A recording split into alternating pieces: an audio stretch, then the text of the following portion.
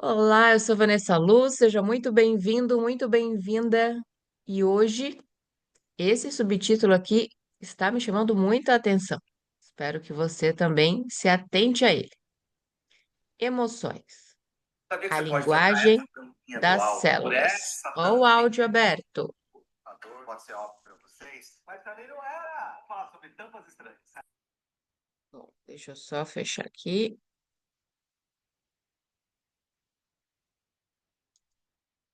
Em formas mais evoluídas e conscientes de vida, o cérebro desenvolveu um nível de especialização que permite a toda a comunidade refinar seus sinais reguladores. A evolução do sistema límbico estabeleceu um mecanismo único que converteu os sinais de comunicação química em sensações acessíveis a todas as células da comunidade. Nossa mente consciente interpreta esses sinais como emoções. A mente consciente não só é capaz de ler o fluxo de sinais de coordenação celular que compõem toda a mente do corpo, como também de gerar as emoções, que se manifestam por meio da emissão controlada de sinais pelo sistema nervoso. Enquanto eu estudava os mecanismos do cérebro da célula e entendia melhor as operações do cérebro humano, Candace Pert estudava o cérebro humano e passava a compreender melhor os mecanismos do cérebro das células. Em seu livro Molecules of Emotion, Moléculas da Emoção, Pert revela como seus estudos sobre os receptores processadores de informações da membrana das células nervosas a levaram a descobrir que os mesmos receptores neurais estavam presentes na maioria e não, se não em todas, as células do corpo. Suas experiências a levaram à conclusão de que a mente não se concentra apenas na cabeça, mas sim que está distribuída em moléculas sinalizadoras presentes no corpo todo. Outra descoberta importante foi que as emoções não se originam apenas de respostas do corpo ao ambiente. Por meio de autoconsciência, a mente pode usar o cérebro para gerar moléculas de emoção e agir sobre todo o sistema.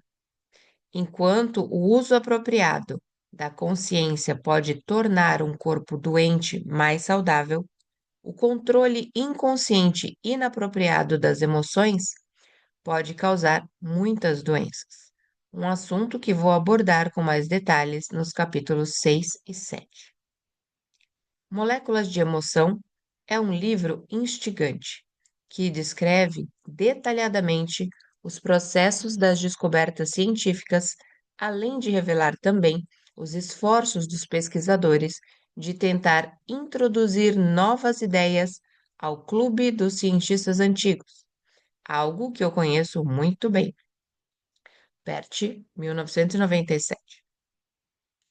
O sistema límbico representou um grande avanço em termos de evolução devido à sua habilidade de captar e coordenar o fluxo de sinais reguladores de comportamento dentro da comunidade celular.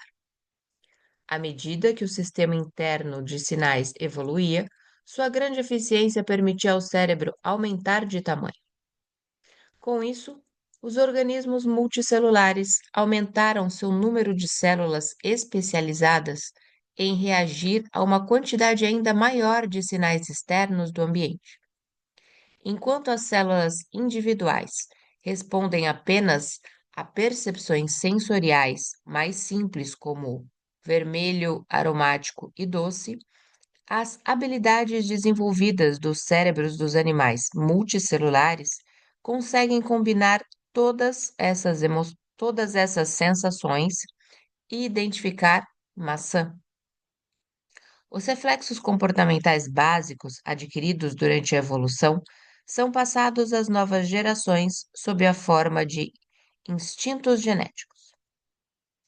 A evolução dos cérebros maiores, com sua grande população de células neurais, ofereceu aos organismos a oportunidade não apenas de poder confiar em seus instintos comportamentais, como também de aprender com as experiências. Aprender um novo reflexo ou comportamento é basicamente um produto do condicionamento. Por exemplo, Pavlov treinou seus cães para salivar toda vez que ouviam o toque de um sino. Primeiro, ensinou-lhes a associar o som com o estímulo de receber alimentos. Depois de um tempo, tocava o sino, mas não oferecia comida. Só que os cães já estavam tão programados a serem alimentados que toda vez que o sino tocava, começavam a salivar, mesmo que não houvesse alimento presente. Trata-se de um comportamento reflexo inconsciente adquirido. O comportamento reflexo pode ser algo simples, como a como o levantar de perna quando o martelinho do médico toca o osso do joelho, o nosso joelho. Ou mais complexo, como dirigir um carro a 80 quilômetros por hora em uma rodovia cheia e, ao mesmo tempo, conversar com o passageiro.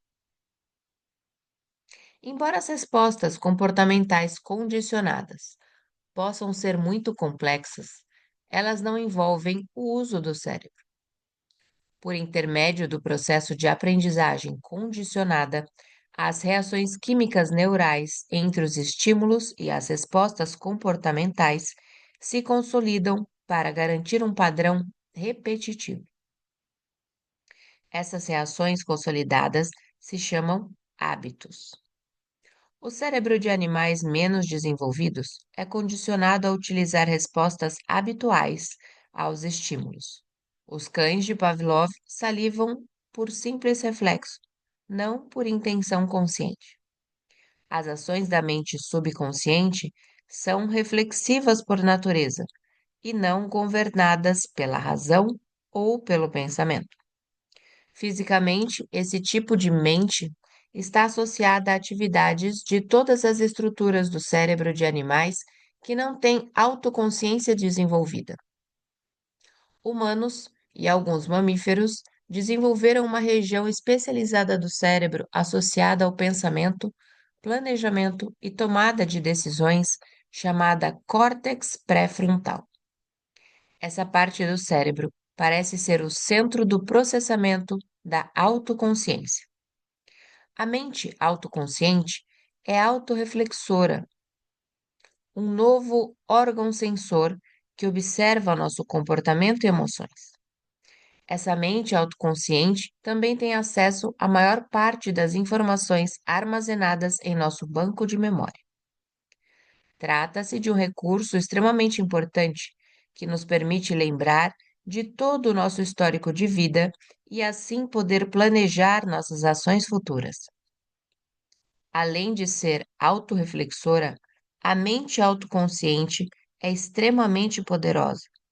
Observa todos os comportamentos programados que adotamos, avalia cada um deles e decide conscientemente se deve modificá-los. Podemos escolher como reagir à maioria dos sinais do ambiente e até se vamos ou não reagir a eles. A capacidade da mente consciente de se sobrepor aos comportamentos programados da mente inconsciente é o que nos permite ter livre-arbítrio. No entanto, essa dificuldade especial também é uma espécie de cilada. Enquanto a maioria dos organismos precisa receber diretamente um estímulo específico para reconhecê-lo, a habilidade do cérebro humano de aprender é tão avançada que podemos adquirir determinadas percepções indiretamente, a partir da experiência de outras pessoas. Mas, uma vez que aceitamos essas percepções como verdades, elas se tornam definitivas em nosso cérebro e passam a ser nossas próprias verdades. E aí está o problema. E quando as percepções dos nossos professores estão erradas? Acabamos absorvendo informações imprecisas. A mente subconsciente é basicamente um dispositivo interruptor de estímulo-reação. Não há fantasmas nesta máquina capazes de avaliar as consequências de cada programação que absorvemos. O subconsciente trabalha somente no momento presente. Consequentemente, as impressões equivocadas não são monitoradas e acabam nos fazendo desenvolver comportamentos inapropriados e limitadores. Se dentro de cada exemplar deste livro houvesse uma cobra viva, você provavelmente jogaria o seu bem longe assim que o abrisse e sairia correndo. Quem quer que tenha lhe mostrado uma cobra pela primeira vez, incutiu em sua mente uma lição de vida aparentemente importante. Está vendo aquilo? É uma cobra. Muito perigoso. O sistema de memória subconsciente capta e armazena sem filtros e muito rapidamente todo tipo de percepção do ambiente sobre objetos e situações que ameacem a vida ou o corpo físico. Se lhe ensinaram que cobras são perigosas, toda vez que você depara com uma delas, adota inconscientemente uma postura defensiva para se proteger. Mas, e se um herpetologista resolvesse ler este livro e encontrasse a cobra? Ele não apenas ficaria curioso, como também muito contente com o brinde, ou pelo menos ficaria contente ao descobrir que a cobra brinde não é perigosa. Iria pegá-la e se divertir estudando seu comportamento. Para os herpetologistas, a sua reação programada de fugir da cobra é algo irracional, pois nem todas as cobras são perigosas. Lamentam que a maioria das pessoas não tenha o prazer de estudar essas criaturas tão interessantes. Portanto, a mesma cobra, ou seja, o mesmo estímulo, é capaz de gerar reações completamente diferentes. Nossas respostas aos estímulos do ambiente são controladas pela percepção. No entanto, nem todas as formas de percepção que temos são precisas, assim como nem todas as cobras são perigosas. Sim, a percepção controla a biologia, mas como já vimos, ela nem sempre é precisa. Um sinônimo adequado para esse tipo de percepção que controla o comportamento é a palavra crença. As crenças controlam a biologia. Pense no significado dessa frase.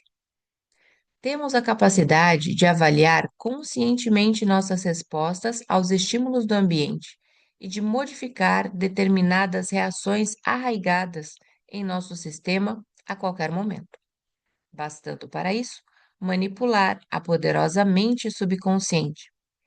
Mas abordarei um assunto com abordarei esse assunto com mais detalhes no capítulo 7.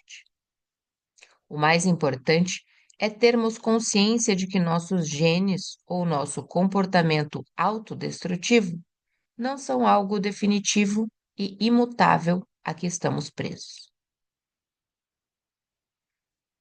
Como a mente controla o corpo?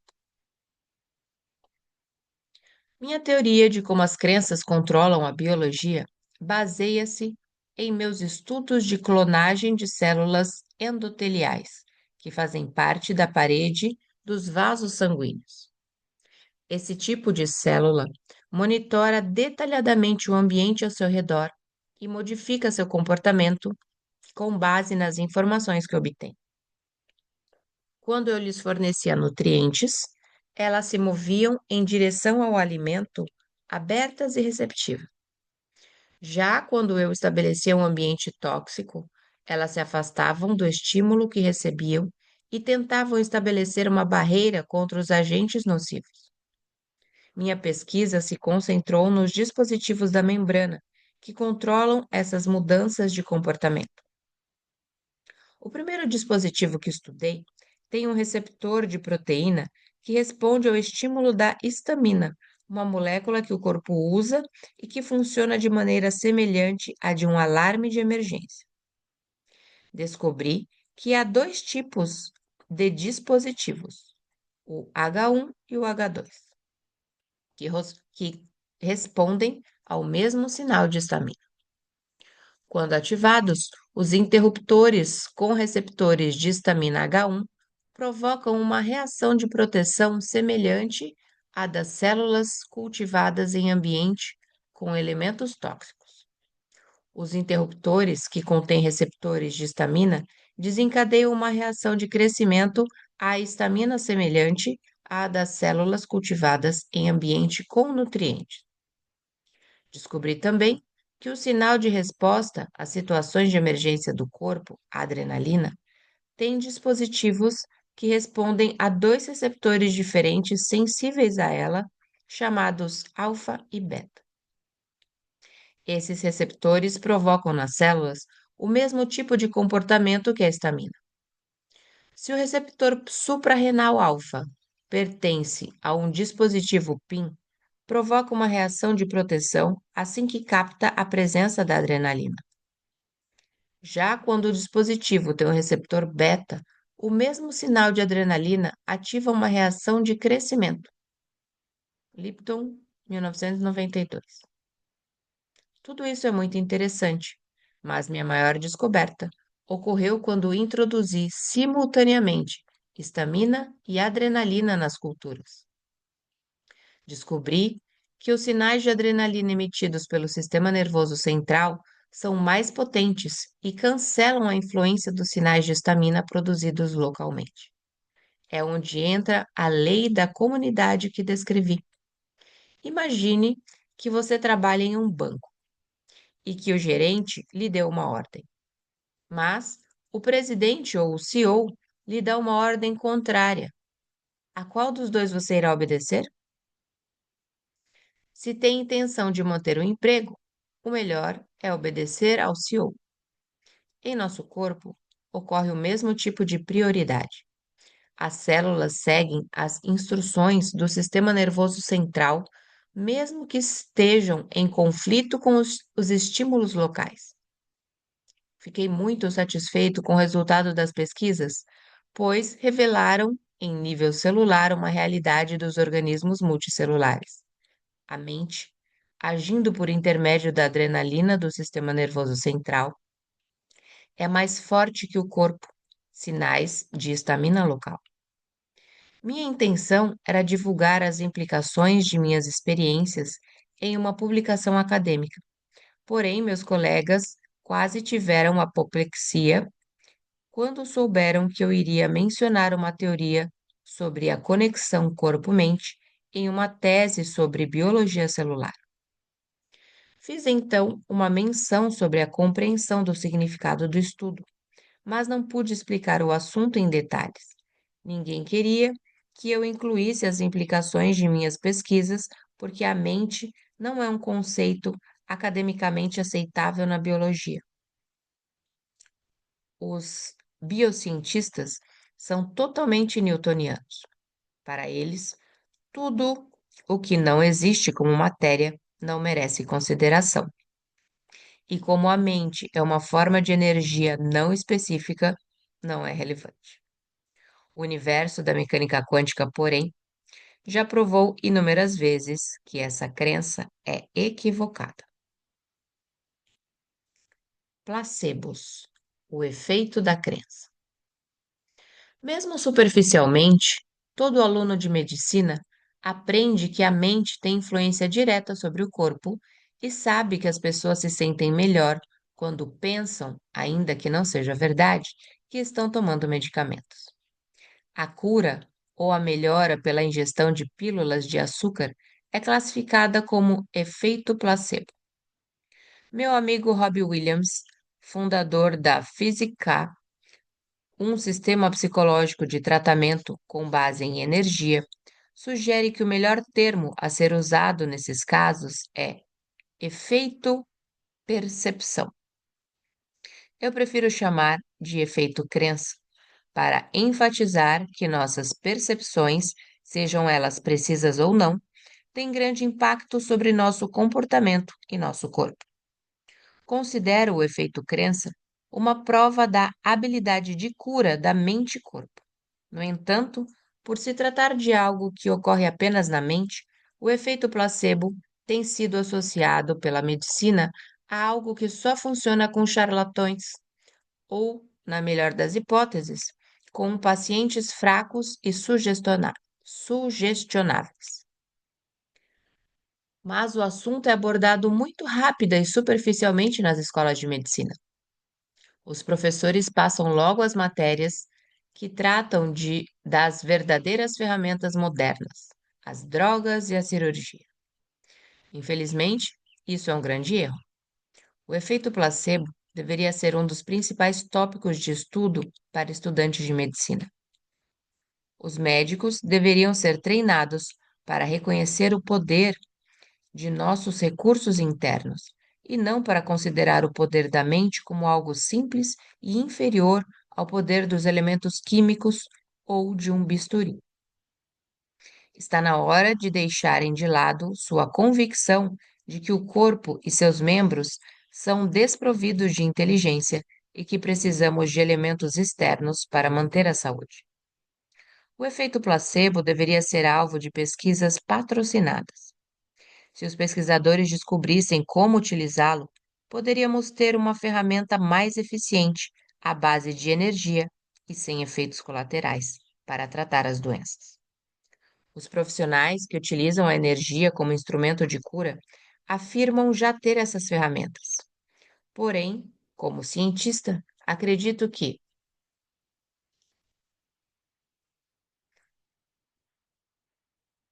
quanto mais descobrirmos sobre a ciência do placebo, mais facilmente poderemos utilizá-la sob condições clínicas.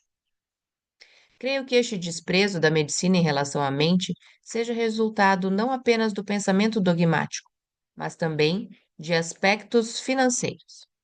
Se o poder da mente pode curar doenças, para que ir ao médico? E o mais importante, por que tomar remédios?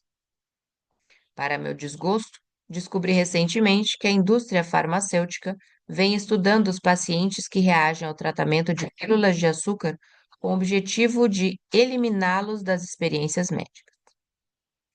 É desconcertante para essas empresas saber que, na maioria dos experimentos, seus medicamentos falsos têm o mesmo efeito que os grandes coquetéis químicos.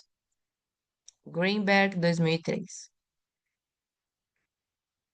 Embora essas experiências insistam em afirmar que não estão tentando, com isso, fazer com que medicamentos ineficazes sejam aprovados pelo governo, fica claro que a eficácia das pílulas placebo são uma ameaça para elas. A mensagem é muito clara para mim. Já que não conseguimos competir com o placebo de maneira honesta, vamos eliminar a competição.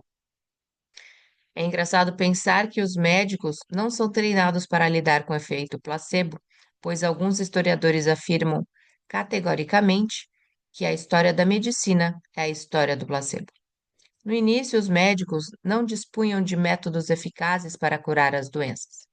Os métodos mais conhecidos no passado eram a sangria, o tratamento de ferimentos com arsênico e o famigerado veneno de cobra, utilizado para todos os fins. É claro que pelo menos um terço dos pacientes, aqueles considerados suscetíveis ao efeito placebo, apresentavam melhoras com esses tratamentos. E mesmo no mundo de hoje, quando os médicos em seus aventais brancos receitam um tratamento, os pacientes acreditam que vão melhorar e acabam melhorando, seja por meio de pílulas de verdade ou apenas de açúcar. Embora a questão de um placebo haja Embora a questão de que como o placebo haja ainda seja ignorada pela medicina, alguns pesquisadores já começam a prestar mais atenção no assunto. Os resultados de seus estudos sugerem que não apenas os tratamentos utilizados no século XIX, como a sofisticada tecnologia da medicina atual, com todas as suas ferramentas concretas, pode estimular o efeito placebo. Um estudo da Escola de Medicina Baylor, publicado em 2002 no New England Journal of Medicine, avaliou o resultado de cirurgias em pacientes com problemas sérios de dores nos joelhos. Moseley, 2002. O principal autor do estudo, Dr. Bruce Moseley, sabia que a cirurgia ajudava seus pacientes. Todo bom cirurgião sabe que não há efeito placebo em cirurgias, mas ele queria descobrir qual parte da cirurgia trazia alívio aos pacientes. Dividiu-o em 3 grupos e raspou a região da cartilagem danificada de um grupo. No outro grupo, afastou a junta do joelho e eliminou, com a ajuda de um jato d'água, a parte que imaginava estar causando a inflamação. Os 2 métodos são considerados tratamentos padrão para problemas de artrite nos joelhos. Já no terceiro grupo, Monseley simulou uma cirurgia. Sedou o paciente e fez 3 incisões em seu joelho. Durante todo o tempo, agiu como se estivesse realmente executando a cirurgia. Jogou até água sobre o local para estimular o procedimento. Após 40 minutos, costurou as incisões. Prescreveu aos pacientes dos 3 grupos o mesmo tratamento pós-cirurgia, que incluía um programa de exercícios. O resultado foi impressionante. Sim, os grupos que receberam a cirurgia de verdade obtiveram melhoras, mas o grupo placebo também.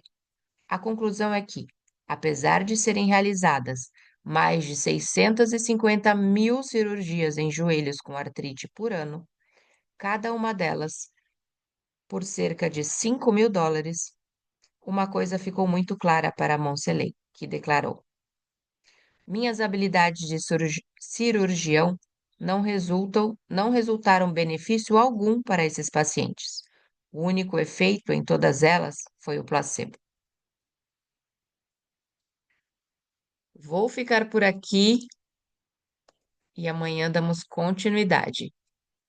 Um beijo em seus corações e se você não está acompanhando essa leitura desde o início, deixe nos comentários que eu te envio a playlist.